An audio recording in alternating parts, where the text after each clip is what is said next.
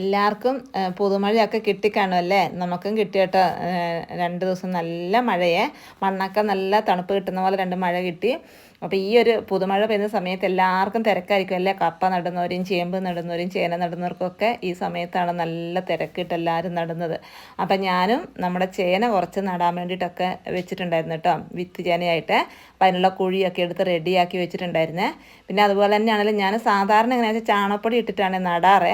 അപ്പോൾ ഇപ്രാവശ്യം എനിക്ക് ചാണകപ്പൊടി ഇല്ലായിരുന്നു കേട്ടോ. അപ്പോൾ അത് കാരണം ഞാൻ ചാണകപ്പൊടി തീർന്നു പോയതാണ്. അപ്പോൾ ഇതാ ഞാൻ നമ്മുടെ വേപ്പിൻ പിണ്ണാക്കും എല്ലുപൊടിയും കൂടെ മിക്സാക്കി എടുത്ത് വെച്ചിട്ടുണ്ട് കേട്ടോ, കുറേശ്ശെ ഇട്ട് കൊടുക്കാൻ വേണ്ടി. അതുപോലെ ചേനയാണെങ്കിലും ഇതാ പീസാക്കി എടുത്ത് വെച്ചിട്ടുണ്ട് കേട്ടോ. അപ്പോൾ ഇതിനൊക്കെയാണെങ്കിലും 2-3 മുളയുണ്ടായിരുന്നേ.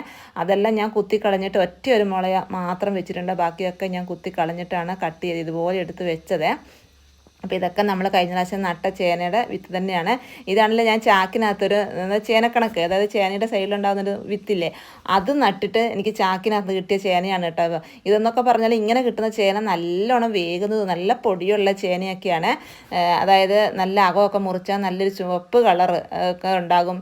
മറ്റേതൊക്കെയാണ് വെളുത്തിരിക്കുകയല്ലേ. അപ്പോൾ ഇത് അങ്ങനെയുള്ള ചേനയൊക്കെ നല്ലോണം നല്ല വേവുന്ന ചേനയാണ്, പൊടിച്ചേനയാണ്.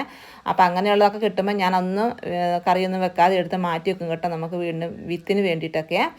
അപ്പോൾ ഇതാ ഞാൻ നമ്മുടെ കുഴിയിലേക്ക് നമ്മുടെ ചേന കണ്ടോ ഒന്ന് വെച്ച് കൊടുത്തു, ചേനയുടെ പീസ് വെച്ച് കൊടുത്തു കേട്ടോ. എന്നിട്ട് ഞാൻ അതിന് ചുറ്റും നമ്മുടെ വേപ്പിൻ പിണ്ണാക്കും എല്ലുപൊടിയും കൂടെ മിക്സാക്കി ഇതുപോലെ ഇട്ട് കൊടുത്തേ. ഇനി ചാണകപ്പൊടി ആണെങ്കിൽ ഞാൻ എന്താ ചെയ്യുക വെച്ചാൽ ചാണകപ്പൊടി ആദ്യം കുറച്ച് മണ്ണിലിട്ട് കൊടുക്കും, എന്നിട്ട് അതിൻ്റെ മുകളിൽ ചേന വെക്കും, വീണ്ടും അതിൻ്റെ മുകളിൽ നമ്മൾ ചാണകപ്പൊടി ഇട്ട് കൊടുക്കുവേ.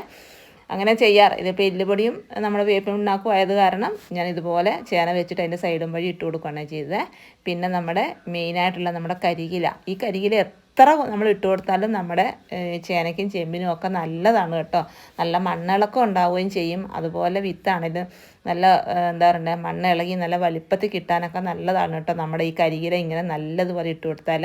എന്നിട്ട് കരികില ഇട്ട് കൊടുക്കുക. പിന്നെ അതിൻ്റെ മുകളിലേക്ക് നല്ലതുപോലെ നമുക്ക് നമ്മുടെ മണ്ണും കൂടി അങ്ങ് നികത്തി ഇട്ട് കൊടുക്കാം കേട്ടോ.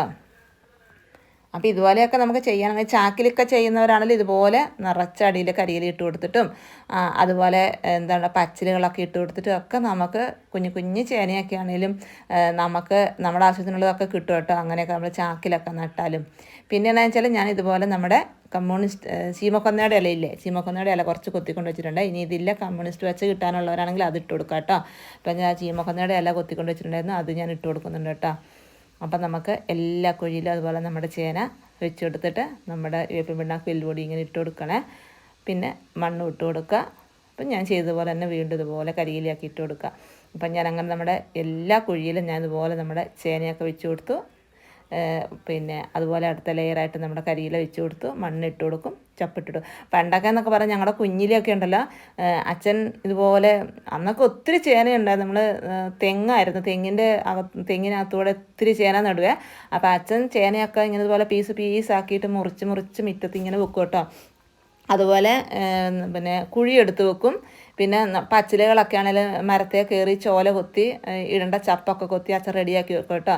ഞങ്ങളുടെ പണി എന്താണെന്ന് വെച്ചാൽ ഈ ചേനയൊക്കെ എടുത്ത് ഓരോ കുഴിയുടെ കരിക്കും കൊണ്ടുപോയി വെക്കുവേ. പിന്നെ അതുപോലെ ചാണകപ്പൊടി വള്ളിക്കൊട്ടയ്ക്കകത്ത് എടുത്ത് കൊണ്ടുപോയിട്ട് ഓരോ കുഴിയിലും ഇതേപോലെ കുറേശ്ശായിട്ട് കൊണ്ടിടും കേട്ടോ. അങ്ങനെ കൊണ്ടിടും. ഇതൊക്കെയായിരുന്നു അന്നത്തെ ഞങ്ങളുടെ പരിപാടി. പിന്നെ അതുപോലെ അച്ഛൻ പച്ചിലകളൊക്കെ ഇലകൾ ഇതുപോലെ ചീമക്കൊന്നയുടെ ഇലയോ വേറെ എന്തെങ്കിലുമൊക്കെ മരത്തിൻ്റെയൊക്കെ ചോലയൊക്കെ കൊത്തി എടുത്ത് വെക്കുന്നതെല്ലാം വാരി ഇതുപോലെ അച്ഛൻ നടും കേട്ടോ. ചേന അച്ഛൻ നടും, ബാക്കിയൊക്കെ ഞങ്ങൾ കൈപ്പണികളൊക്കെ ചെയ്ത് കൊടുക്കും. എന്നിട്ട് മുകളിൽ പച്ചിലയൊക്കെ വെക്കുന്ന പണിയൊക്കെ ഞങ്ങളുടെയാണ് കേട്ടോ. അന്നേ അങ്ങനെയൊക്കെ ചെയ്യുന്നതുകൊണ്ട് ഇപ്പം അങ്ങനെ വലിയ മടിയൊന്നും ഇല്ലാതെ ഇതുപോലെയൊക്കെ ആണെങ്കിലും ഇച്ചിരിയൊക്കെ നട്ട് റെഡിയാക്കാൻ പറ്റുന്നുണ്ട് കേട്ടോ. അപ്പോൾ ഇന്നത്തെ മക്കൾക്കാണെങ്കിൽ ചേന എന്താണെന്നും അറിയില്ല, അവർക്ക് ചേമ്പ് എന്താണെന്നും അറിയില്ല, അത് നടേണ്ട രീതിയും അറിയില്ല. അങ്ങനെയൊക്കെയാണ് ഇന്നത്തെ കാലം. അപ്പോൾ നമ്മളൊക്കെ അന്ന് ഇത്തിരിയൊക്കെ നമ്മൾ ചെയ്യുന്നത് കണ്ട് ഇന്ന് നമുക്ക് ഇത്രയൊക്കെ ചെയ്യാനൊക്കെ പറ്റുന്നുണ്ട് കേട്ടോ.